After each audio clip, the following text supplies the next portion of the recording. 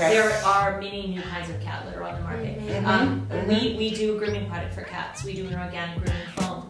For years, I had people say to me, you know, do you make a shampoo for cats? I'm like, do you really bathe your cat? That's scary. But many people do, and our foam is really a detangling foam. So it's designed to get rid of excess hair and dander that causes hair.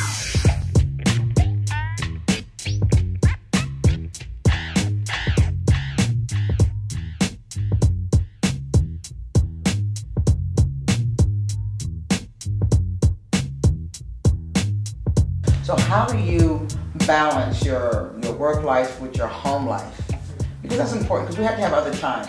Sometimes, you know, we can be workaholics, but we still have, you know, other people that we love and have to share our time with them as well. So how do we do that? One day I'll get so tired and I just don't get out of bed.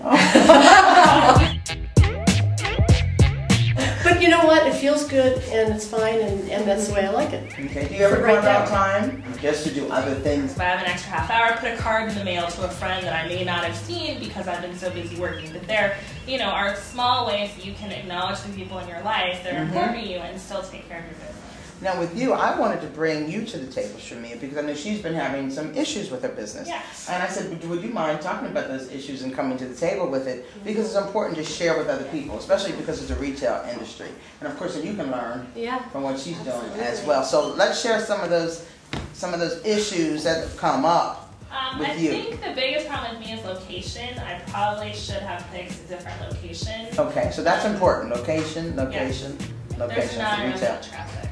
Not enough foot traffic. Yes, and I think that's important for everyone out there listening in. How did you justify it when you came up with that location? And did you stand out there and not see the foot traffic, but you said it doesn't matter, I'm going to be a destination, I'm going to advertise, or how did you justify it originally? There is foot traffic. I mean, I stood there and I counted, and there was like 30 people that walked by, and I talked to other business owners on the block, and I, you know, did Google to see what other stores were in the area. I spent a lot of time looking into it, but what I didn't realize was that people are walking the lake or at the gym in their fitness activities, so they don't always have money.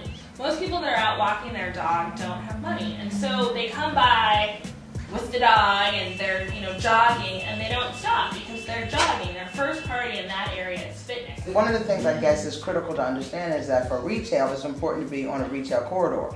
I find nationally there's a different market.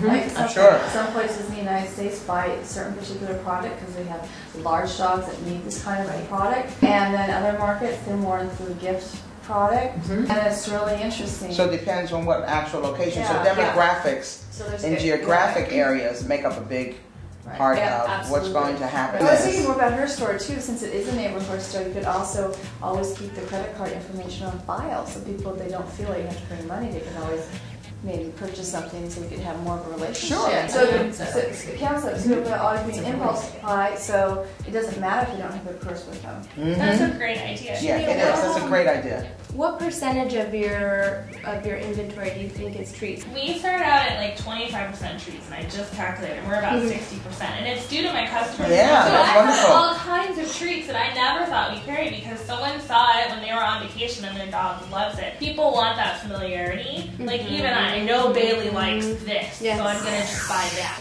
I get that so much, to the point where they're like, oh no, they don't like blueberry flavor, they like peanut butter, can you show me everything in that? And so I'm like, okay, and then to the point where they're like, what color do you want, the pink dress or the red dress? Oh, my dog likes red. Now let's talk a little bit about marketing. Because I think for any small business, marketing is critical. So what kind of marketing strategies can you share with us that you've been using? I just implemented a really fun system. It's you know, the email kind of marketing, but I'm also adding, you know, sort of products and services. I'm adding tips and then newsletters, and then you know, people can log on and get information. They can be part of the mailing. They can get coupons. So I'm really trying to develop more of a relationship with my customers. So these are the end users? The end users, yeah. Now, what about your retailers? How do you well, it's the same market too. them? I'm working now putting together sort of a training video, so to teach the people about the products. One of the issues I've had that, you know, gets to the end store and they don't know how to actually sell the product. Correct. I found the last couple of years, if I only had trained them, I think the product would have moved. Or Do you have trunk shows like the apparel industry? Because I know the fashion people, they have trunk shows. Have you considered that? You're actually going to the retailers and